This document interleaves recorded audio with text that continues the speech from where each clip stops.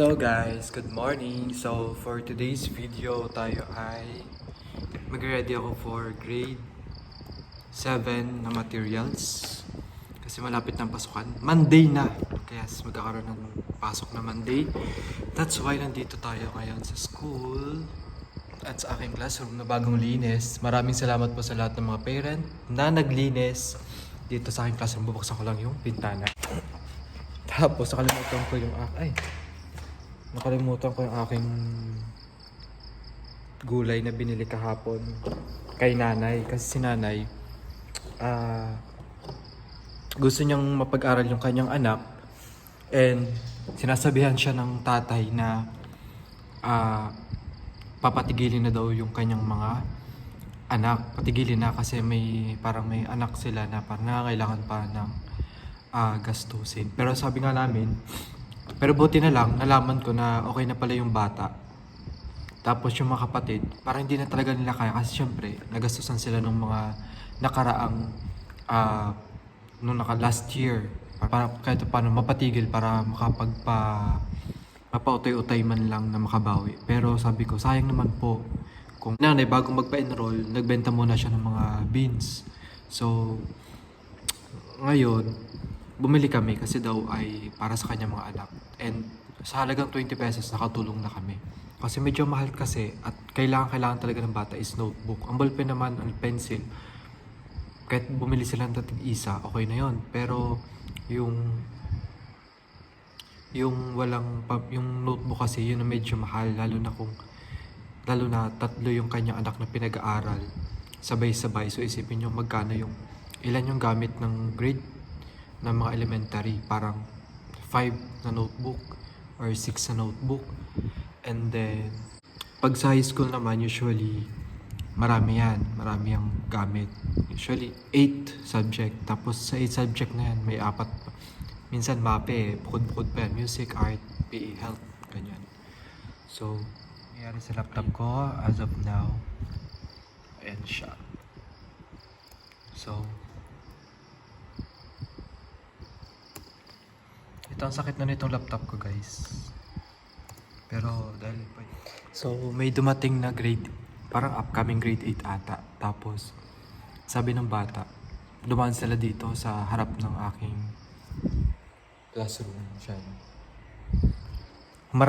Dumating yung mga estudyante ko, may mga bata dyan na parang upcoming grade 8. And then naglalakad yung dalawa, nag-uusap sila.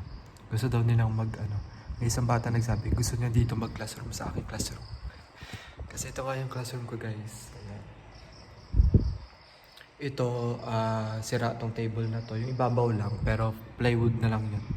Usually yung mga ibang gastos dito ako. Kasi, para free ko siyang madala kahit saan ko gusto, sa Inus. Ayan. So, ito yung aking table. So, ilang taon na ba ako dito sa public? 7 years. So, pa 8 years na ngayon guys. And ito na yung aking table. Look. Yan. Sira na yung table ko. Pero ito guys yung aking classroom. So yan, simula na grade 7. Ito kay Ma'am Mildred. Hiniram ko. Tapos kay Ma'am Remia. So, cabinet ko, grade 7 pa yung gumawa niyan. Parang mga time pa ni Tiris. And then yung gumawa niya na grade 7, ngayon graduate na sila, first year college na sila. Itong cabinet na yan. And the rest, ito grade 7 din to nag-start na magpa-table ako ng ganito para mas maluwag at mas conducive sa bata. And then dito sa baba guys ay meron akong lagayan ng bag, notebook, ayan, para doon sa taas. Sulat-sulat lang sila. Ganyan. So medyo mali ko lang dito, dapat naglagay ako ng space para mapasukan ng mga tuhod ng mga bata. Pero usually naka-design yan, patayo, tapos naka-side lang yung mga bata. So ganun. Pero goods na rin siya, lalo na kapag may mga activities na kailangan. Especially pag mga by peer tutoring or groupings, best na best yung table na yun. Tapos ito, binabago ko lang siya every quarter, nagbabago ako ng position. Lalo na sa mga bata. Para hindi naman sila naninibago na parang, ito lang yung classroom ko, ganito lang yung itsura ng classroom ko. Pinabago-bago ko yan. As long as kasya lahat ng bata. So ito na, nakabukas na yung laptop ko and bubuksan ko na yung ano. Bali, yung piprint ko lang ngayon is pang first quarter ng grade 7 sa Filipino. Kasi pag-aaralan ko siya. Ganun. So, both. So, na ito yung active. So, nakikita nyo guys, yan. LE lesson exemplar. Tapos, worksheets para sa grade 7. So, meron na siya. Kompleto na siya guys. Yun lang. Ang hinihintay namin dito is yung books na magagaling sa Department of Education. So, ngayon guys, mag-start na ako mag-print ng gagamitin. Okay, so ngayon pala ay ang gagawin natin, itutur ko kayo dito sa loob ng classroom ko and ano ba yung meron dito sa aking classroom, paano ko siya inorganize, paano ko siya inayos yung pagkakabuo ng aking classroom. And alam ko may iba na parang ayaw nila yung ganito, ayaw nila yung ganyan. Pero sana may maka-appreciate guys nung aking gagawin. So na ito yung aking buong classroom. So, first, dito muna tayo sa ipano. Bali yung curtain. Yung mga cortina na yan guys, babaguhin ko yan. So ganito yung itsura ng cortina ko. Yan. So usually, ang color ko is green and yellow. Ayan. Pag hindi, tulad nito, gold, nag-gold ako. Pero dahil yung aking cortina guys is matagal na. Matagal na siya. Kupas na siya. Pero same ganito pa rin yung kulay nung gusto kong gamitin na cortina. Green and white. So ito yung aking table and then meron tayo doon television for panonood and saka sa mga PowerPoint presentation. Tapos meron tayong basurahan dyan, lagay ng bunot yung kulay blue. Pero naglabas muna kami ng bunot para nakikita ng maglilinis kasi hindi pa ganun ka floor box to. And guys, meron ako extension para hindi kasi umaabot yung baka masira yung saksakan, kaya may extension ako dito. Sasaksak na lang siya dito. Ayan. And then yung mga may nakapaskil pa rin ako dito guys. Pero sa DepEd kasi pinagbabawal na siya. Though ito kasi mga vision mission panata, which is yun yung mga kinakailangan din. And then homeroom, PTA, classroom. Ayan. Tapos meron pa ako dito, natanggal na lang siya. Tapos pamantayan sa paaralan, meron din ako dyan. Kaya yung lagayan na yun, pasira na siya. So bibili ako ng bago para ano. And then ito yung electric fan. Ayan. And then ito yung electric fan na panalunan ko sa Christmas party namin. Tapos ito naman bili ko ang electric fan since tagal na yun ito, parang ito is 7 years na siya. So tapos ito yung bintana. Tapos dito sa side, other side guys, is may plato ako dito, mga kutsara, ganyan. So the reason bata ko may ganito, kasi may mga bata na walang plato, walang kutsara, tinidor. So yan, at least meron ako nakahanda. Meron din chopstick yan. Tapos hindi ko na alam kung kanino galing itong mga plato. Tapos may mga plato ako, hindi naman sa akin. Ayan. Tapos yung mga records. Ito naman yung mga record ko. Mga record ko dito sa school. Tapos mga notebook. Ayan. May planner din ako dito. Ayan. Fiscal materials ko guys. And then white bulletin. May white bulletin ako. Dito ako sometimes dito kami nagpa-practice ng Mr. and Miss Katanawan. So sa Q&A, ito yung ginagamit namin. Halimbawa may nagkaklase dito, may kaklase dyan. Dito ako nagtuturo ng paano sumagot ng Q&A. Ito naman galing kay Ma'am Remia. So dito yung iba pang mga lagayan. Tapos may speaker ako doon. Tapos may chalk, yung mga sulat ng mga bata. Tapos ito, patuyuan ng mga baso. Ano ba pag hinugasan, ganyan. And then dito, may isa pang cabinet. Tapos sa ibabaw, hindi pwedeng walang bulaklak para sa classroom. Ayan. And then, ito yung mga binili ko. Ganyan. So, ito mga pang hygiene. May salamin. May suklay. Tapos ito mga ink. Tapos panlinis ng sapatos. Tapos dito yung mga Zanrox Pledge. Yan. Tapos may sabon din dito. Ayan.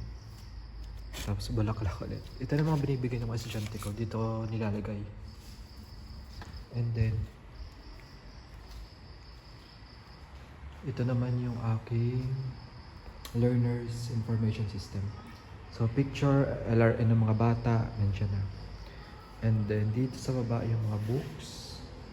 Almost lahat yan is Filipino na aklat. Ayan, may mga iba nga lang aklat dyan na nasasali. Kasi yung mga bata, iniiwanan na lang yung mga aklat dito sa loob. Tapos ito naman guys ay yung mga gamit ko sa classroom. Ayan, yung mga pandikit, ganyan.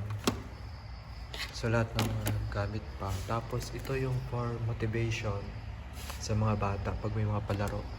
And bumili nga pala ako nito. Ayan, Jenga. Pala guys, is binili ko to para sa mga bata. Ayan. Pero pwede ka gumawa ng question dyan, ka magsulat ng question. Ganyan. And then, ito yung mga record. Tapos ito yung mga di pa nadidikit. Same here also, yung mga iba pang didikit. Tapos, ito yung unan. May unan tayo dyan guys. Oh. Kita ko sa inyo. Yan, may unan tayo dyan. Tapos unan is live. Usually ito ginagamit kapag may mga activity na inaabot na kami ng gabi. So kapag inaantok ka, kaya may mga batang masama ang pakiramdam, pwede silang umiram ng unan. Tapos, ano. Pero may clinic kami dito. Tapos dito naman guys, ay may nagsingit ng sako dito. So yun yung mga basket. Ito naman yung mga basket na pinaglalagyan ng mga exam o kaya mga project ng iba't ibang bata galing sa iba't ibang section. Tapos nakahanay yan dito sa table na yan. Sa cabinet na yan, nakahanay dyan yung mga yan. Tapos ito, si estudyante ko yan, di ko alam kung bakit nandyan. Ito guys, last year. Ayan, ito ay para lang sa mga bata. Para hindi sila lumabas ng classroom. So pwede silang manood ng TV if ever pwede. Ganyan yung mga educational na pinapanood. Kaya ito, pwede silang maglaro. So hindi sila palabas-labas. Tapos may Jenga, ganyan. So yun. Tapos may chessboard. Na hindi ko alam kung bakit may chessboard. Ayun. So ang sarap. Ang sarap lang sa feeling. Kasi kukunti lang yung mga nakalagay dito. Usually talaga since noon, kukunti lang talaga yung gamit. Ito, bigay ko pa to. Ito yung bigay, pahiram pa sa akin. So pwede pa tumaalis. So kinakailangan ko pa ng ilang cabinet para mapaglagyan ng mga iba pang mga gamit. Kasi hindi pwede kasi ang dami na oh. Sobrang dami na ng mga gamit ko dito. Yan yung medyo mahirap alisin. Tapos yung mga iba kong mga decoration for Christmas decor. For Christmas, nandun naman siya sa stock room. So, doon pinalagay ni Pars Jets yung aking mga pang Christmas ano. Tapos may cabinet pa pala ako doon sa automotive. Hindi ko na siya ginagamit. Parang na-stock na lang siya doon. Pero may mga gamit pa ako doon. So, pinagawa ko din talaga yun. Ayun. Pero kung may mabibigyan lang ako ng maayos, medyo malaki-laki pa siguro. Kung pwede pa naman siya, aayusin lang yung cabinet para mapaglagyan ng mga iba pang mga gamit. Kaso, ako kasi gusto ko medyo minimalist. Kakunti lang yung ilalagay ko sa classroom. Tulad dito. Yan. So, pero pwede na yun. Pwede ko na siyang kunin yung gamit na. Tapos ito ibabalik ko kay Ma'am Rem. Pero siguro, ipapaayos ko muna yung cabinet na yun bago ko siya ipasok dito sa aking dito sa loob ng classroom. Kasi sira yun eh. Yun, kaya, ayun.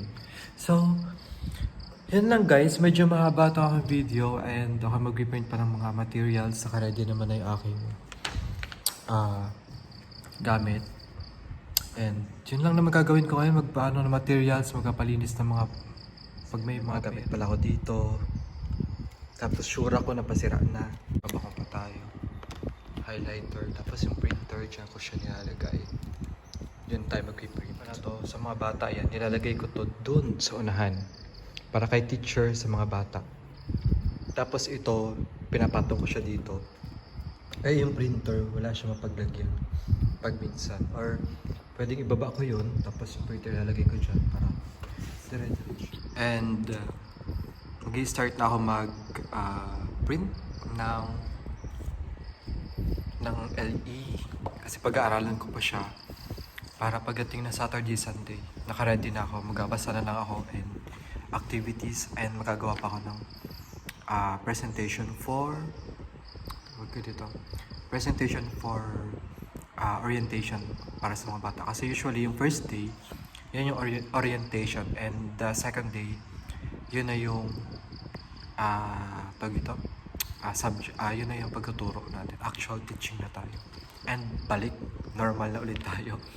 So yun lang guys, and kita-kits on my next vlog. Ayan, so again, please don't forget to like and subscribe ang aking YouTube channel. And you can also comment, guys, kung ano pa yung gusto nyo malaman about life sa teaching. Okay? So, yun lang guys, and bye!